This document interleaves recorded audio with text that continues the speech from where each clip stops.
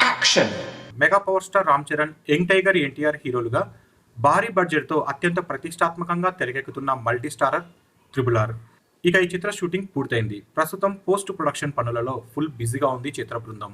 ఇక ఇప్పటికే ఈ చిత్రం నుంచి రిలీజ్ అయిన పోస్టర్స్ కి, టీజర్స్ కి, సాంగ్స్ కి అద్భుతమైన స్పందన వచ్చింది.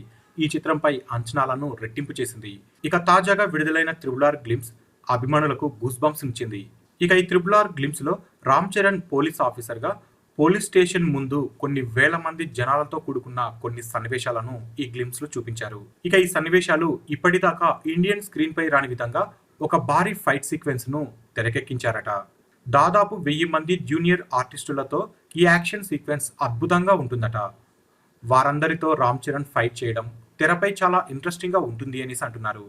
ఇంతకీ ఆ సీన్ ఏమిటి, ఏ సందర్భంలో వస్తుందనేది ఇప్పటికే మీకు తెలుసుండాలి.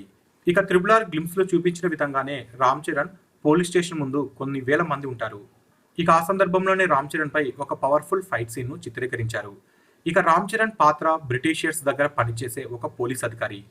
అవి స్వాతంత్రం జరుగుతున్న రోజులు. దాంతో పోలీస్ స్టేషన్ పై చుట్టుపక్కల ఉన్న ఊళ్ళలో ఉండే ఒక స్వాతంత్ర సమరయోధుల గుంపు దాడి చేస్తుంది. వారంతా ఒక్కసారిగా విడిచిపడతారు. అయితే ఆ సమయం ముందుగా రామ్ చరణ్ కు తెలియదు. చివరి నిమిషాల్లో వచ్చి వారిపై అటాక్ చేస్తారు. అయితే ఆ తర్వాత ఆ స్వాతంత్ర సమరయోధులకు రామ్ చరణే అండగా నిలుస్తాడు. వారి తరపున బ్రిటిషర్లతో పోరాడతారు. ఈ సన్నివేశాలే ఈ చిత్రానికి ప్రధాన ఆకర్షణ అనే సమాచారం.